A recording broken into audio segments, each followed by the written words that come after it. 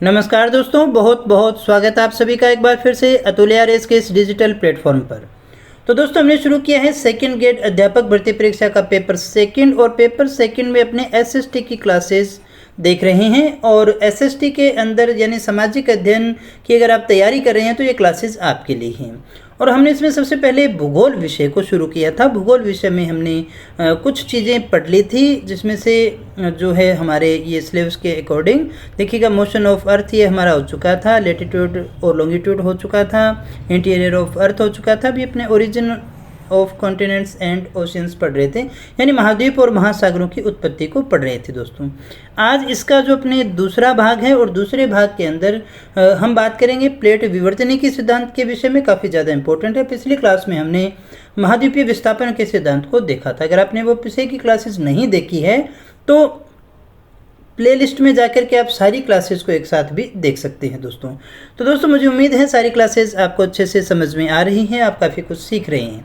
अगर आप सच में सीख रहे हैं, क्लासेस आपके लिए लाभदायक है, तो मुझे कमेंट करके ज़रूर बताइएगा दोस्तों। आपके कमेंट्स मेरे लिए बहुत ही एनर्जी का काम करते हैं और एक दिशा प्रदान करते हैं कि हम जो पढ़ा रहे हैं वो सही है, उसी मेथड से पढ़ाना चाहिए, उसमें कुछ चेंज की आवश्यकता है। तो आपका सहयोग भी उतना ही अपेक्षित रहता है। तो दोस्तों कमेंट जरूर कीजिएगा। तो चलिएगा शुरू करते हैं आज की क्लास को। इस क्लास में हम बात करेंगे महाद्वीप और महासागरों की उत्पत्ति के विषय में। इसका सेकेंड पार्ट है। और महाद्वीप और महासागरों की उत्पत्ति के संबंध में हमने ये देखा था कि महाद्वीप और महासागर जो है वो प्रथम श्रेणी के उच्चावच हैं। इनकी उत्पत्ति और विकास के संबंध में हमने ये जाना था कि विद्वानों ने अलग अलग सिद्धांत प्रस्तुत किए हैं, जिनमें से महाद्वीपीय विस्थापन का सिद्धांत था और प्लेट विवर्तनिकी सिद्धांत दो दिए थे। इसको अपने पिछली क्लास में पढ़ चुके हैं, ये अपना हो चुका है। इस क्लास में हम बात करेंगे प्लेट विवर्तनिक सिद्धांत के विषय में। ये दो सिद्धांत है, ये अपने अच्छे से हो चुका है, इसको आज अपने देखने वाले हैं। तो चलिएगा शुरू करते हैं प्लेट विवर्तनिकी सिद्धांत को, जिसे प्लेट टेक्टोनिक्स भी अपने बोलते हैं। तो यहाँ पर देखिएगा हुआ क्या, 1960 के दशक की अपने बात करें तो 1960 के दशक के अनेक पुराचुंबकीय भूकंपीय सर्वेक्षणों और सागर नितल प्रसरण, सागर का जो तल है उसके प्रसार संबंधी अनुसंधानों के आधार पर महाद्वीप और महासागरों की उत्पत्ति के संबंध में प्लेट विवर्तनिकी सिद्धांत का प्रतिपादन किया गया। ध्यान दीजिएगा दोस्तों, सन कौन सा है, 1960। 1960 में नए अनुसंधान हुए, पुराचुंबकीय सर्वेक्षण हुए, भूकंपीय सर्वेक्षण हुए, सागर नितल प्रसरण संबंधी अनुसंधान हुए और उन्हीं के आधार पर महाद्वीपीय और महासागरों की उत्पत्ति के संबंध में एक सिद्धांत दिया गया, जिसे हम प्लेट विवर्तनिक सिद्धांत के नाम से जानते हैं दोस्तों। जिसे हम क्या कहते हैं, प्लेट विवर्तनिकी सिद्धांत कहते हैं। और यहाँ पर देखिएगा, अगर आपसे पूछा जाए भी सागर नितल प्रसरण सिद्धांत के जनक कौन माने जाते हैं, तो वो माने जाते हैं हैरी हेस। कौन माने जाते हैं दोस्तों, हैरी हेस माने जाते हैं। कब का है ये सिद्धांत, 1960 का सिद्धांत है दोस्तों। तो दोस्तों थोड़ा सा ध्यान दीजिएगा, एक बार फिर से मैं इसको थोड़ा सा स्पष्ट कर देना चाहता हूँ कि ये बात है 1960 के दशक की। कब की बात है दोस्तों, 1960 के दशक की ये बात है। इस सिद्धांत का विकास 1960 के दशक में हुआ और किसी एक वैज्ञानिक का इसमें नाम नहीं आता है। कई वैज्ञानिकों के संयुक्त प्रयास के द्वारा ये जो है सिद्धांत का विकास जो है वो संभव हो पाया था, जिसे अपने प्लेट विवर्तनिकी के नाम से जानते हैं। ये जो सिद्धांत कहता है कि ये जो हमारा स्थल मंडल है जो आज अपने देखते हैं, ये स्थल मंडल कई प्रकार की प्लेटों के अंदर बंटा हुआ है। किसमें बंटा हुआ है, प्लेटों में बंटा हुआ है। और ये जो प्लेटें होती हैं ये महाद्वीप प्रकार की भी होती हैं, महासागरीय प्रकार की भी होती है और महाद्वीप महासागर दोनों प्रकार की होती है। आगे इन सभी को अपने अच्छे से डिस्कस करने वाले हैं। एक छोटा सा आप दिमाग में फीचर बना लीजिएगा कि हम पढ़ क्या रहे हैं। हम पढ़ रहे हैं प्लेट विवर्तनिकी सिद्धांत। तो इसमें किसी एक व्यक्ति का नाम आता नहीं है। 1960 के अंदर कई वैज्ञानिकों के संयुक्त प्रयास के द्वारा इसका जो है विकास संभव हो पाया था। और इन्होंने कहा था कि जो हमारा ऊपर का स्थल मंडल है ना, स्थल मंडल ये कई प्लेटों में बंटा हुआ है। यानी जैसे खोपड़ी आपने देखा हो कुछ टुकड़ों में होती है ना, उसी प्रकार से जो स्थल मंडल ऊपर से देखें तो एक दिखाई देता है, लेकिन ये इस प्रकार से प्लेटों के अंदर विभिन्न प्रकार के टुकड़ों में क्या है, बंटा हुआ है, जो महाद्वीपीय भी है, महासागरीय भी है और दोनों प्रकार के भी हैं। साथ ही साथ इन्होंने कहा कि ये जो प्लेटें हैं इनमें गति भी पाई जाती है, ये स्थिर नहीं है, ये प्लेटें चल रही हैं दोस्तों। और इसीलिए जब ये प्लेटें चलती हैं, जैसे मान लीजिएगा ये दो प्लेटें अपने नज़दीक में ले सकते हैं, ये प्लेट इधर चल रही है, ये इधर चल रही है, इधर से इधर आ रही है, तो इन प्लेटों के कारण विभिन्न प्रकार की भूगर्भिक क्रियाएं घटित होती हैं और उन्हीं भूगर्भिक क्रियाओं को ही हम क्या कहते हैं, प्लेट विवर्तनिकी कहते हैं। दोस्तों ध्यान दीजिएगा, हम किसकी बात करें, प्लेट विवर्तनिकी सिद्धांत। प्लेट विवर्तनिकी सिद्धांत ये कहता है कि जो हमारा स्थल मंडल है वो कई प्लेटों में बंटा हुआ है। समझ पा रहे होंगे, फिर से बोल रहा हूँ कि जो हमारा स्थल मंडल है वो कई प्लेटें यानी कई टुकड़ों में बंटा हुआ है, भूखंडों में बंटा हुआ है। इस तरह से आप इसको समझ सकते हैं। जैसे मान लीजिएगा ये जो भूखंड एक हमारा ये हो गया, एक ये हो गया, एक ये हो गया, इस प्रकार से भूखंडों में बंटा हुआ है। और ये भूखंड ये इधर हो सकता है, ये इधर हो सकता है। इस प्रकार से ये आपस में क्या है दोस्तों, ये गति कर रही हैं। दोस्तों ये भूखंड आपस में गति कर रही हैं और इन्हीं की गति के कारण ये स्थिर नहीं है, ये प्लेटें स्थिर नहीं है, ये प्लेटें गति करती हैं।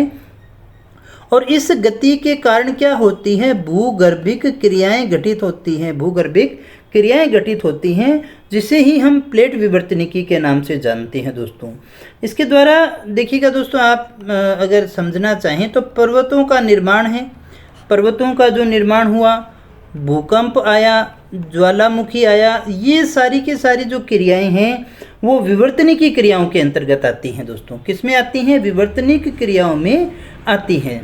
तो अभी इन चीज़ों को अपने आगे और अच्छे से समझेंगे तो एक प्रकार से आपके दिमाग में ये चीज़ समझ में आ गई होगी कि प्लेट विवर्तनिकी सिद्धांत किसे कहते हैं। सिंपल से सिंपल लैंग्वेज में स्थल मंडल कई प्लेटों में बंटा हुआ है, इन प्लेटों में आपस में गति पाई जाती हैं और इस गति के कारण जो है भूगर्भिक क्रियाएं होती हैं, जिनसे ज्वालामुखी, भूकंप, ये सारी चीज़ें आती हैं, जिन्हें अपने विवर्तनिकी के नाम से जानते हैं। अंडरस्टूड। तो आगे बढ़ते हैं दोस्तों। ये आप देख सकते हैं यहाँ पर जो प्लेटें हैं, इन प्लेटों में गति पाई जाती है। यहाँ पर आप देख रहे हैं इस प्रकार से ये गति कर रही है, इस प्रकार से गति कर रही है। ये अपने आप में क्या है, ये देखिएगा बहुत सारी प्लेटें आप यहाँ पर देख पा रही हैं ना। 7 प्लेटें बड़ी प्लेटें हैं, फिर छोटी प्लेटें भी हैं। तो यहाँ पर देखिएगा ये जो आप ब्लैक कलर में देख रहे हैं, ये सारी के सारी अपने क्या कह सकते हैं, इन प्लेटों के रूप में पूरा जो स्थल मंडल है, जिसमें स्थल मंडल के अंदर महाद्वीप और महासागर दोनों को काउंट कर रहे हैं अपने। और ये जो प्लेटें हैं वो आपस में क्या है, गतिमान है। क्या है दोस्तों, गतिमान है। और इन्हें गति के कारण, जैसे ये इधर और इधर जा सकती हैं, तो इनकी गति के कारण ही विवर्तनिकी क्रियाएं होती हैं। विवर्तनिक क्रियाओं में हम भूकंप आदि के विषय में बात करते हैं। जो भी हमारा भूकंप आता है या फिर ज्वालामुखी आते हैं, वो सारे के सारे विवर्तनिकी क्रियाओं में शामिल किए जाते हैं। तो यहाँ पर देखिएगा ये जो लिथोस्फीयर है ना, ये जो लिथोस्फीयर है यानी कि स्थल मंडल है, जिसमें क्रस्ट और अपर सॉलिड मेंटल को अपने शामिल करते हैं, यही क्या कहलाती है, प्लेट है। तो प्लेट किसे कहते हैं दोस्तों, स्थल मंडल जो है हमारा, पृथ्वी का ऊपरी वाला भाग, ये वाले जो 2 परतें रह गई, ऊपर वाले भाग है स्थल मंडल। स्थल मंडल जिसमें अपने क्रस्ट और अपर मेंटल को शामिल करते हैं, ये जो है प्लेट के नाम से जाना जाता है। हमने कहा प्लेट विवर्तनिकी सिद्धांत। तो सबसे पहले हम ये समझ लेते हैं कि प्लेट होती क्या है। तो ये आपको याद रखना है कि सबसे पहले प्लेट शब्द का जो प्रयोग है वो टूजो विल्सन के द्वारा किया गया था। अगर आपसे पूछा जाए प्लेट जो शब्द है ये किसके द्वारा दिया गया है, तो प्लेट जो शब्द है टूजो विल्सन के द्वारा दिया गया है। और प्लेट शब्द को पृथ्वी की बाहरी परत के लिए प्रयोग में लिया गया है। किसके लिए प्रयोग में लिया गया है, पृथ्वी की बाहरी परत के लिए हमने इसको प्रयोग में लिया है। और ये जो परत है वो क्रस्ट और ऊपरी मेंटल की सम्मिलित इकाई है, जो स्थल मंडल के नाम से जानी जाती है। तो हम यहाँ कह सकते हैं कि जो हमारा स्थल मंडल है, स्थल मंडल ही क्या है, प्लेट है, जिसमें आपका महाद्वीप भी आएगा और जिसमें आपका महासागर भी आएगा। और इन्हीं से मिलकर के जो है वो प्लेटों का निर्माण हुआ है। इसकी मोटाई 100 किलोमीटर तक है और विस्तार महाद्वीप और महासागर दोनों में है ना। देखिएगा हमने क्या कहा, यहाँ फिर से देख लीजिएगा। इसकी जो मोटाई है ना, ये वाली मोटाई अपने 100 किमी तक मानते हैं। कितने मानते हैं, 100 किमी तक मानते हैं।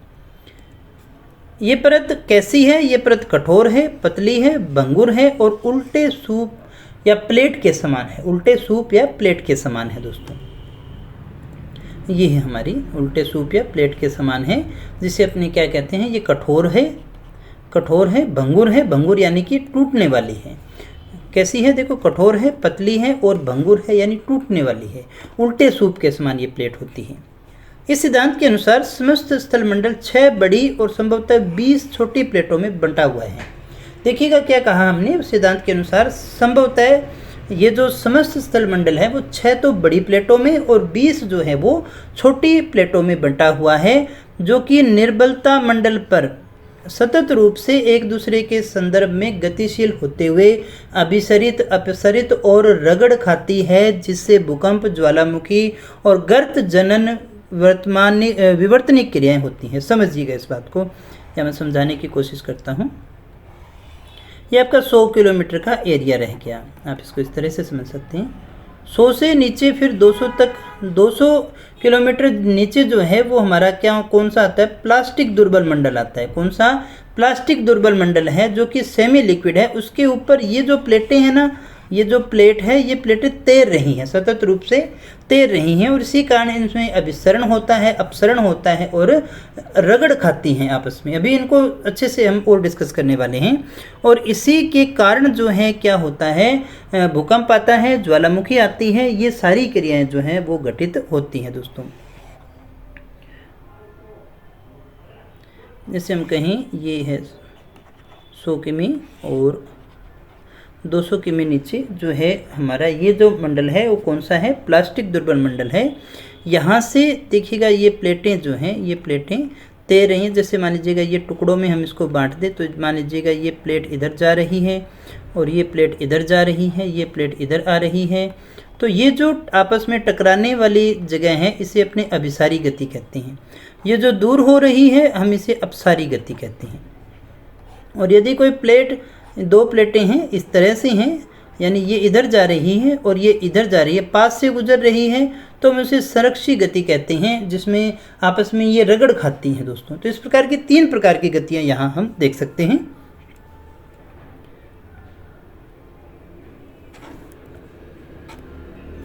प्लेटों के इस संपूर्ण गति क्रम को प्लेट विवर्तनिकी कहते हैं। यानी प्लेटों का ये जो संपूर्ण गति क्रम है जिसमें भूकंप आना, ये ज्वालामुखी आने, ये सारी चीज़ें शामिल हैं, इसे अपने प्लेट विवर्तनिकी के नाम से जानते हैं। प्रमुख प्लेटों की अगर आपने बात करें तो प्लेटों की संख्या के बारे में विद्वान एक मत नहीं है। हम नहीं कह सकते 6 हैं, 7 हैं, 8 हैं, 10 हैं, कितनी हैं। फिर भी मॉर्गन जो है, मॉर्गन ने संपूर्ण स्थल मंडल को 6 बड़ी और 20 छोटी प्लेटों में बांटा है। ये हमें याद रखना है। मॉर्गन महोदय जो हैं वो संपूर्ण स्थल मंडल को 6 बड़ी और 20 छोटी प्लेटों के अंतर्गत बांटते हैं। प्रमुख बड़ी परतों की बात करें तो वो कौन कौन सी हैं, यहाँ पर आप देख सकते हैं। प्रमुख बड़ी परतों को एक एक करके अपने देखिए डिस्कस करेंगे, लेकिन आप विश्व में यहाँ पर प्लेटों का जो वितरण है वो यहाँ देख सकते हैं। ये उत्तरी अमेरिकन प्लेट हो गई, ये दक्षिणी अमेरिकन प्लेट हो गई, ये पैसिफिक यानी प्रशांत प्लेट हो गई, ये इंडो ऑस्ट्रेलियन प्लेट हो गई, ये देखिए यूरेशियन प्लेट हो गई, ये अफ्रीकन प्लेट हो गई और ये अंटार्कटिका प्लेट हो गई दोस्तों। आप इसको एक अमेरिकन प्लेट के नाम से भी इसका नाम दे सकते हैं। तो इतने प्रकार की जो प्लेटें हैं, ये जो टुकड़े हैं, यहाँ पर आप इसको थोड़ा सा ध्यान से देखेंगे तो आपको ये दिखाई दे रहा होगा। ये देखिएगा ये पूरा महाद्वीप, एक महाद्वीप एक प्लेट नहीं ले रहे हैं अपने, है ना। ये देखिएगा यहाँ से तो बंट ही रहा है ना, इसमें तो महासागर भी आ गया। तो ये जो है ना, ये सारी की सारी ये क्या है, ये एक प्लेट है। और ये अफ्रीकन प्लेट है, इतनी बड़ी, ये क्या है, इसमें देखिएगा समुद्र भी आ गया। ये सारी क्या होगी, एक प्लेट होगी।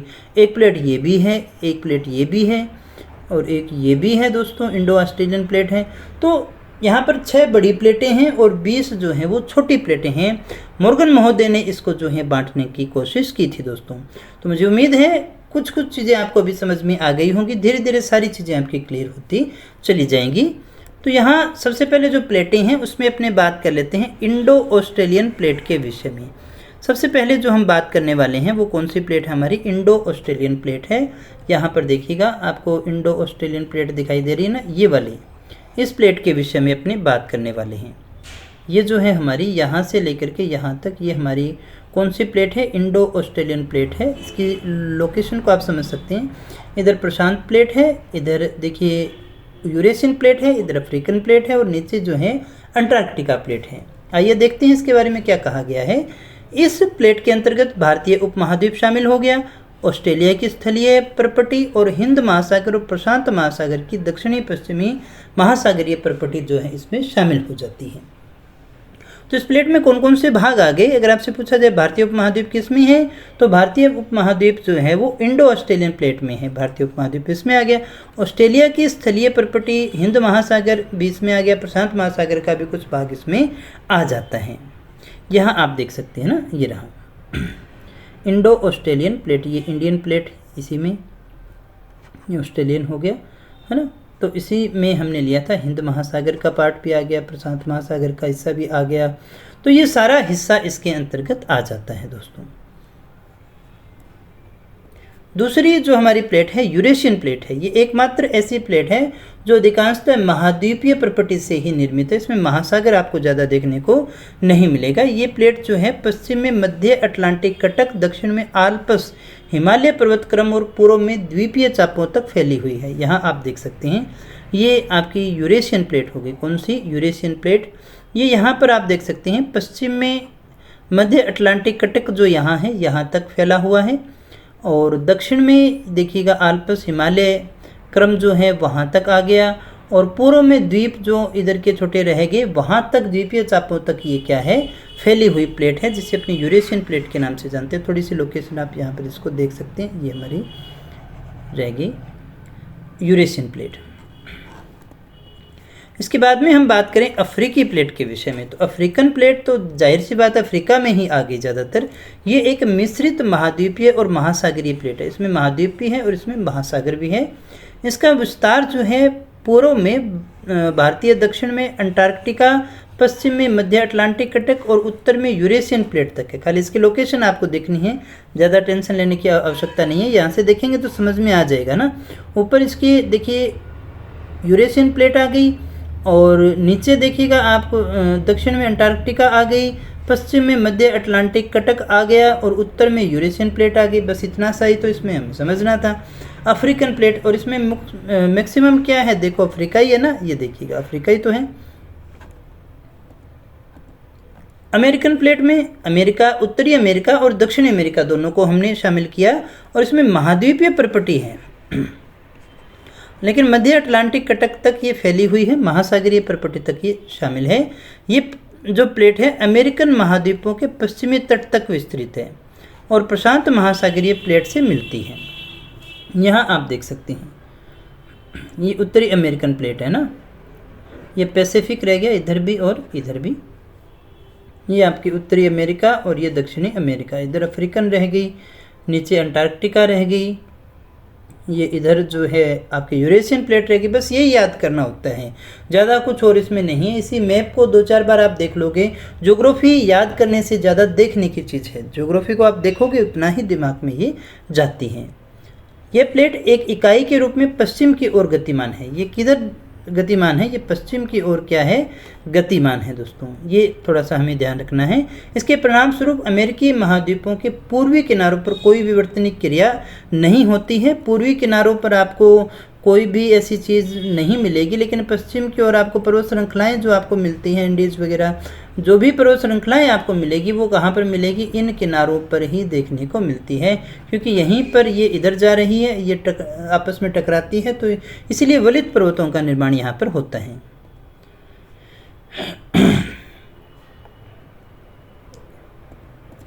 इसके बाद में अपनी बात करते हैं प्रशांत प्लेट की। पूर्वी प्रशांत कटक से पश्चिम की ओर संपूर्ण प्रशांत महासागर में फैली हुई है। एकमात्र ऐसी प्लेट है जो पूर्ण रूप से महासागरीय प्रपटी से निर्मित है। प्रशांत प्लेट पूरी तरह से हम इसमें प्रशांत महासागर को ही समेटते हैं।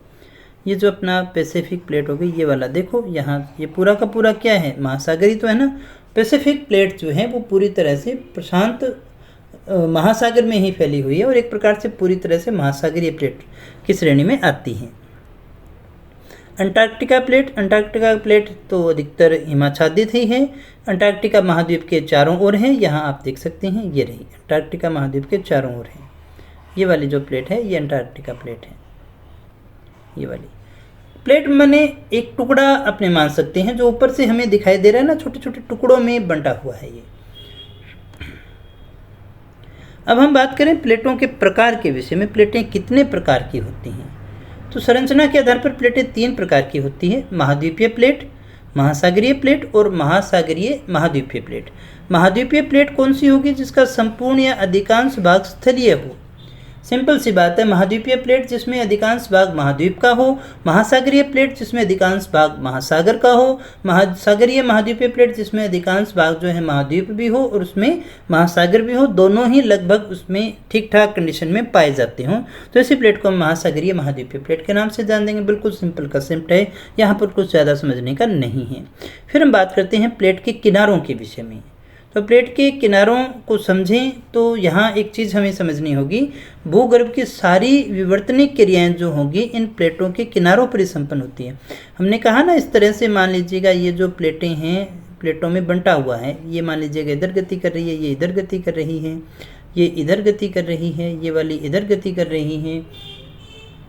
तो यहाँ जो भी विवर्तनिक हलचल होगी कहाँ होगी? ये जो एरिया होता है ना, ये प्लेट सीमांत होता है। ये वाला जो एरिया ना, इसके जहाँ पर ये दो प्लेटें मिल रही हैं, ये वाला जो एरिया रह गया ये प्लेटों का सीमांत होता है। तो हमेशा प्लेटों का जो सीमांत है वहीं पर आपको विवर्तनिक क्रियाएं देखने को मिलेगी। विवर्तनिक क्रिया किसे कहते हैं? फिर से दोहरा रहा हूँ, प्लेटों की गति के कारण जो भी भूगर्भिक हलचल से क्रियाएं होती हैं उन्हें अपने विवर्तनिक क्रियाएं कह सकते हैं, बिल्कुल सामान्य से सामान्य शब्दों में। ये प्लेटें 3 प्रकार की होती हैं। रचनात्मक प्लेट, ये प्लेट के किनारे जो हैं 3 प्रकार के हम कह रहे हैं, रचनात्मक प्लेट किनारा, विनाशात्मक प्लेट किनारा और संरक्षी प्लेट किनारा। अब ये क्या होते हैं इनको समझते हैं, लेकिन इनको समझने से पहले थोड़ा सा हमें प्लेट टेक्टोनिक को और अच्छे से समझना होगा। तो प्लेट टेक्टोनिक क्या है, विवर्तनिक की क्रिया क्या है? प्लेटों की गतिशीलता के कारण प्लेटों के सीमांत भाग में होने वाली भूगर्भिक क्रियाओं को विवर्तनिक क्रिया कहते हैं। अब तक तो आप अच्छे से समझ गए होंगे विवर्तनिक क्रिया क्या है। ये प्लेट है, ये 3 प्लेट हो गई, एक प्लेट ये हो गई, एक ये हो गई, एक ये हो गई। इनका जो सीमांत एरिया है, इनका जो सीमांत एरिया है कौन सा हो गया प्यारे दोस्तों? ये इसका सीमांत हो गया, ये इसका सीमांत हो गया, ये प्लेटों का सीमांत एरिया रह गया दोस्तों। जो भी भूगर्भिक हलचलें होंगी इस सीमांत भाग में ही घटित होती हैं। इन सीमांत भागों में घटित होने वाली भूगर्भीय क्रियाओं को ही हम क्या कहते हैं? प्लेट विवर्तनिकी के नाम से जानते हैं। प्लेटों की गति को समझ लेते हैं। जहां हमें ये समझना था कि ये प्लेटों के किनारे कौन कौन से हैं, इनको अपने बाद में समझेंगे। पहले अपने थोड़ा सा प्लेटों की गति को समझ लेते हैं ताकि ये चीज़ हमें समझ में आ जाए कि प्लेटें गति करती क्यों हैं। यहाँ पर देखिएगा दोस्तों, थोड़ा सा आपको ध्यान देना है। ये हमारी पृथ्वी की सतह रहेगी 100 किलोमीटर और उसके नीचे 200 किलोमीटर तक। यहाँ पर जो मंडल पाया जाता है अपने उसे प्लास्टिक दुर्बल मंडल के नाम से जानते हैं। सेमी लिक्विड है जिसके ऊपर जो परत है वो हमारी तैर रही है। तो यहाँ पर देखिएगा कुछ जगह अत्यधिक तप्त होने के कारण अपने इन्हें हॉट स्पॉट कहते हैं। यहाँ पर ऊर्जा का केंद्र विद्यमान होता है जिससे ऊर्जा की संवहनीय तरंगें निकलती है इस प्रकार से। तो ये तरंगे यहाँ पर टकराती हैं, फिर इसके बाद में ये इधर गति करती हैं, फिर इधर आती हैं, फिर इधर आती हैं। इस तरह से ये जो है प्रक्रिया चलती रहती है दोस्तों। तो इसी के कारण से देखिएगा जब ये यहाँ पर ऊपर टकराएंगी, ये ऊपर टकराएंगी तो इन दोनों के बीच में क्या होगा? ये जो मलबा होगा, यहाँ से जो मलबा निकलेगा ये बाहर निकलेगा तो ये इधर गति करेगी और ये इधर गति करेगी। तो इस प्रकार की जो गति होती है उसे अपने अपसारी गति के नाम से जानते हैं। और ये जो सीमांत होगा इसे अपने अपसारी सीमांत कहते हैं।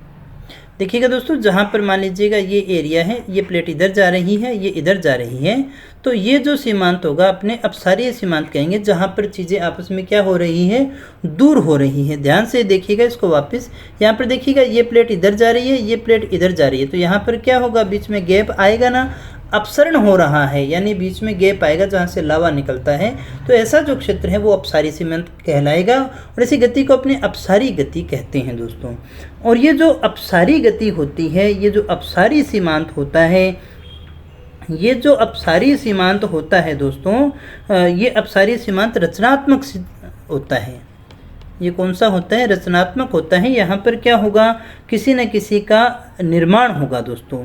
जैसे अपने के पेंजिया का विखंडन है, महाद्वीपों का विस्थापन है, सागर नीतल की उत्पत्ति है, वो सभी के सभी इसी क्रिया के कारण हुई है। इसे अपने रचनात्मक कहते हैं। अब देखिएगा, ये इधर आई और ये इधर आई, यहाँ पर आपस में टकराएंगी दोनों प्लेटें, तो जहाँ पर टकराती हैं उसे अपने अभिसारी सीमांत कहते हैं। और ऐसी गति को हम क्या कहते हैं? अभिसारी गति कहते हैं। क्या कहते हैं? हम ऐसी गति को अभिसारी गति के नाम से जानते हैं। जहाँ पर ये आपस में आकर के टकरा रही हैं, ये विनाशात्मक होता है। ये स्थान कौन सा होता है? ये विनाशात्मक की श्रेणी में आता है। इसे अपने विनाशात्मक की श्रेणी में ले सकते हैं दोस्तों।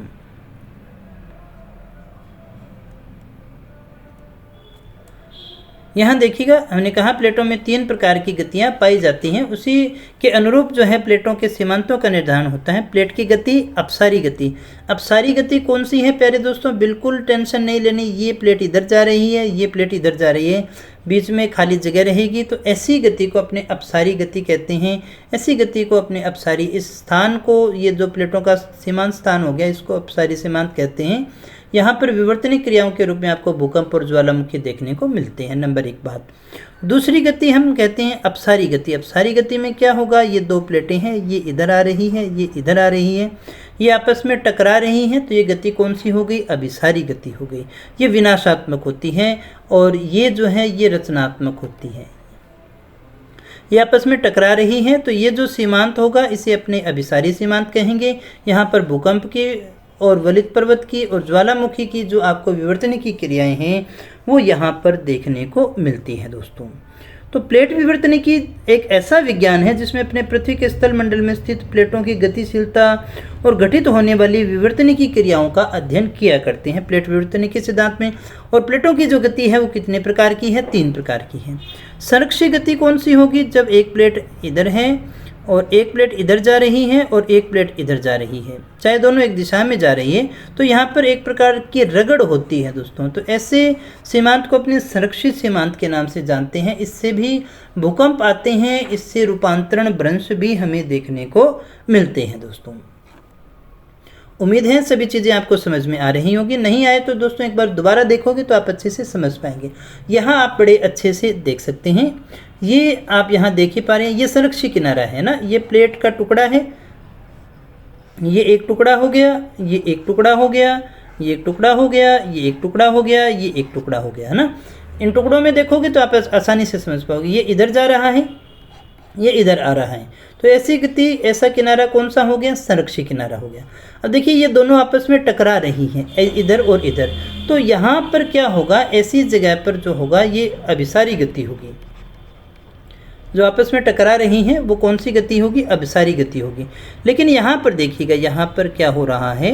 यहाँ पर ये प्लेट इधर जा रही है, ये प्लेट इधर जा रही है, तो बीच में एस्थेनोफियर का क्या और टुकड़ा हो रहा है? यहाँ से देखिएगा मलबा बाहर निकलता है, जिससे महासागरीय कटक बनते हैं। ये अपसरण गति होती है। कौन सी होती है? अपसरण गति। सागर नीतल का जो फैलाव है वो इसी के द्वारा हुआ है दोस्तों। देखिएगा दोस्तों, रचनात्मक प्लेट का उदाहरण अपने यहाँ और अच्छे से समझ सकते हैं। जैसे मान लीजिएगा ये हमारे 2 टुकड़े रह गए और ये इधर जा रही है, ये इधर जा रही है, ये हमारा हॉटस्पॉट है। और जब तरंगे ऊपर आती हैं तो ये प्लेटें क्या हो गई? आपस में दूर हो गई। ये इधर जा रही है, ये दूर हो गई। दूर होने के कारण यहाँ से जो लावा था, एनर्जी थी, वो बाहर निकलती है।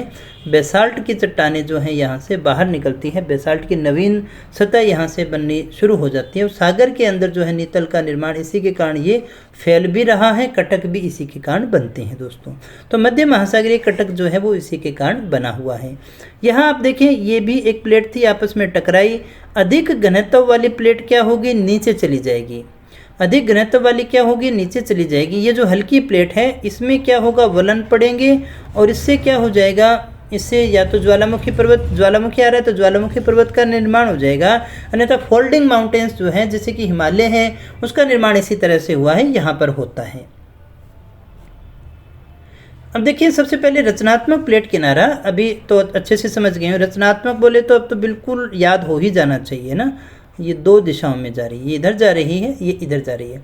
इन किनारों के सहारे दो प्लेटों का अपसरण होता है, जिससे जो रिक्त स्थान, ये बीच में जो खाली स्थान बनता है उसमें से मैग्मा बाहर निकलता है। इसमें से क्या होगा, मैग्मा बाहर आएगा और लावा के रूप में जमा होते रहने से इस क्षेत्र का क्या होगा, विस्तार होता रहता है। इसलिए इन्हें अपने रचनात्मक किनारे कहते हैं। अटलांटिक कटक ऐसे ही पार्श्व से मिलते हैं। ये हुआ अपसारी गति, ये इधर गई, मैग्मा आया बाहर, यहाँ जमा हो गया, ये जमा होता जाएगा, ये दूर होती चली जाएगी और बढ़ता जाएगा। इस प्रकार से नितल का विस्तार होता रहता है। और जो अटलांटिक कटक बने हुए हैं वो इसी प्रकार से बने हुए हैं दोस्तों। ये हमने यहाँ देखा, ये वाला ही एग्जाम्पल है। ये कौन सी हो गई, ये अपसरण है, जिसे अपने रचनात्मक प्लेट के नाम से जानते हैं। फिर अपनी बात करें विनाशात्मक किनारों के विषय में, तो इन दोनों किनारों के सारे दो प्लेटों के अभिसरण के कारण एक प्लेट दूसरी के ऊपर चढ़ जाती है और दूसरी प्लेट का क्या होता है, अवतलन होता है। अवतलित प्लेट का अग्रभाग टूटकर मेंटल में प्रवेश करने से पिघल जाता है, अतः इसे विनाशात्मक किनारे के नाम से जानते हैं। अब देखिएगा दोस्तों, और ये जो पिछला पदार्थ है पुनः कमजोर भूपटल से बाहर निकलकर ज्वालामुखी या द्वितीय चाप को आकृति देता है, को जन्म देता है। यहाँ पर देखिएगा क्या कहा हमने, दो प्लेटें इधर आ रही हैं, दो प्लेटें इधर आ रही हैं, आपस में टकराती हैं, लेकिन ये वाली प्लेट का घनत्व ज़्यादा है, इसका घनत्व ज़्यादा है, इसका कम है। तो ज़्यादा वाली क्या होगी, ये प्लेट इसके नीचे चली जाएगी। अब इसके नीचे चली जाएगी तो नीचे जाने पर हॉटस्पॉट था, ये गर्म हो जाएगी, गर्म हो जाए करके पिघल जाएगी। एक तो यहाँ से ज्वालामुखी निकल सकता है, और यहाँ पर देखिएगा साथ ही साथ ये इसका घनत्व कम है, तो इसमें फोल्ड पड़ जाने के कारण फोल्डिंग माउंटेन यहाँ पर हमें देखने को मिलते हैं। प्रशांत महासागरीय प्लेट के किनारे द्वीपीय और ज्वालामुखी श्रृंखला जो है वो विस्तृत है, वो इसी के अंतर्गत आती है। इसे अपने विनाशात्मक किनारे के नाम से जानते हैं। यहाँ आप देख सकते हैं, ये रही, ये प्लेट इसके अंदर जा रही है और ये इधर आ रही है, तो यहाँ पर ज्वालामुखी भी आ सकता है लावे से, और यहाँ पर जो है फोल्डिंग माउंटेन भी बनते हैं। फिर अपनी बात करते हैं संरक्षी किनारे के अंदर, जिसमें देखिए एक ये प्लेट है, एक ये प्लेट है, ये इधर जा रही है, ये इधर जा रही है, दोनों एक दिशा में भी हो सकती हैं, आपस में आसपास में सरकती हैं, जिससे न तो किसी प्लेट का क्षरण होता है और न ही वहाँ पर नए किसी पदार्थ का सृजन होता है, केवल रूपांतरण होता है। इसमें जो आपको है जो चीज़ें यहाँ पर मिलती हैं, वहाँ पर संरक्षी किनारा होता है, यहाँ पर भ्रंश मिलेंगे आपको। यहाँ पर आपको क्या मिलते हैं, भ्रंश देखने को मिलते हैं। इसमें कुछ होता नहीं है, तो इसलिए हम इसे संरक्षी किनारा कहते हैं दोस्तों। उत्तरी अमेरिका के पश्चिमी भाग में सेंट एंड्रियास भ्रंश के सहारे दो उप प्लेटों का संरक्षी किनारा जो है आपको देखने को मिल जाएगा। इसके बाद में देखिएगा, यहाँ पर आप देख सकते हैं, ये आपका संरक्षी किनारा रह गया। फिर हम बात कर लेते हैं इस प्लेट विवर्तनी के हमारे पास में क्या साक्ष्य मौजूद हैं।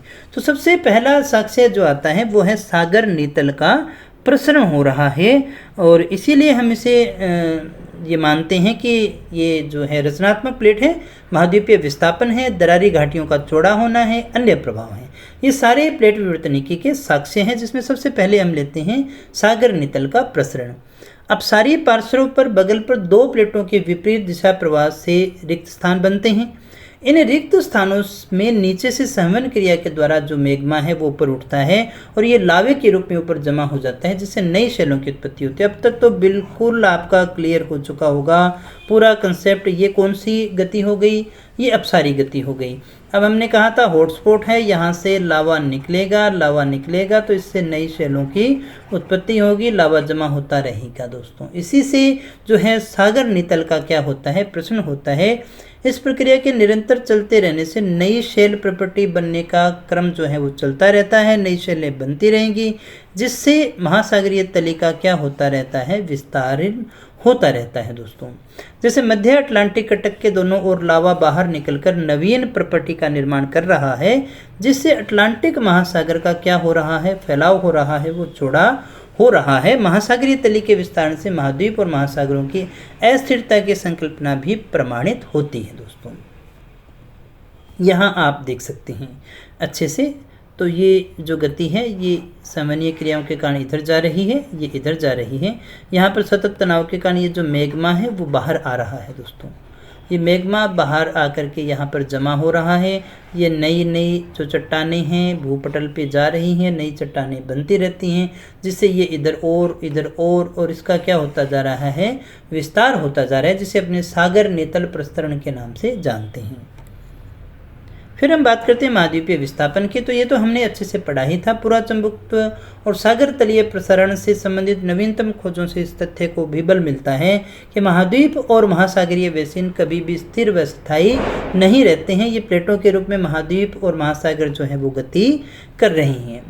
इन खोजों के आधार पर अभी तक पिछले 20 करोड़ वर्ष से पूर्व की महाद्वीपीय विस्थापन से संबंधित जानकारी हमारे पास में उपलब्ध हो जाती है। तो यहाँ देखिए ज़्यादा कुछ जानने के लिए नहीं था, हमने तो ये कहा प्रमाण क्या है। महाद्वीपीय विस्थापन जो है वो प्लेट विवर्तनिकी का एक प्रकार से प्रमाण जो है वो प्रस्तुत करते हैं। हाँ, या हम यूँ कहें कि महाद्वीपीय विस्थापन को ही दृढ़ करने का कार्य करता है प्लेट टेक्टोनिकी थ्योरी जो है वो उसी को दृढ़ करने का काम कर रही है। दरारी घाटियों का चौड़ा होना, जिन प्लेट पार्श्वों में दरार घाटियाँ हैं वो और चौड़ी होती जा रही हैं। लाल सागर और अदन की खाड़ी में विस्तृण प्रति 1 सेंटीमीटर प्रति वर्ष जो है उसमें विस्तार हो रहा है। कैलिफोर्निया की खाड़ी का भी विस्तार हो रहा है। ये दरार घाटी होगी, जैसे ये इधर जाएगी, तो इसमें से जो भी होगा लावा निकलेगा, या फिर संरक्षी के अंदर भी अपने ले सकते हैं। तो दरारें जो हैं उसमें चौड़ाई बढ़ती जा रही है, जिसमें अपने मान लेते हैं कि कहीं ना कहीं प्लेट विवर्तन की क्रियाएँ यहाँ पर घटित हो रही हैं। अन्य प्रभावों में लें तो प्लेट विवर्तन के कारण अनेक प्रभाव भी पड़े हैं, जिनको इसी अध्याय में अन्य बिंदुओं के विवरण में रूप में अपने अच्छे से समझ चुके हैं। सारी चीज़ों को हमने अच्छे से इसको समझाया है। ज्वालामुखी वगैरह है वो सारी इसी अन्य प्रभावों के अंतर्गत आती हैं। भूकंप की घटनाएं, ज्वालामुखी क्रिया, पर्वत निर्माण, द्वीपीय चापों का निर्माण, ये सारे ऐसे ही प्रभाव हैं जो प्लेट विवर्तनिकी के अंतर्गत आते हैं। तो दोस्तों ये थी हमारी आज की क्लास और हमने अच्छे से प्लेट विवर्तनिकी सिद्धांत को डिस्कस कर लिया है। मुझे उम्मीद है सारा चैप्टर आपको अच्छे से समझ में आ गया होगा। कुछ भी डाउट हो तो आप पूछ सकते हैं। अगर समझ में नहीं आए तो क्लास को दोबारा देखिएगा। ज्योग्राफी थोड़ा सा एक मुश्किल और समझने वाला सब्जेक्ट है। कंसेप्ट क्लियर हो जाएगा तो आराम से समझ में आ जाएगा। दोस्तों हमारे टेलीग्राम चैनल को जरूर ज्वाइन कर लीजिएगा। वहाँ पर आपको जो है इंपॉर्टेंट इन्फॉर्मेशन मिलती रहती है। आज के लिए इतना ही दोस्तों, मिलते हैं नेक्स्ट वीडियो में एक नए टॉपिक के साथ, कुछ और नई जानकारी के साथ। तब तक यूँ ही बने रहिए हमारे साथ। Thank you very much.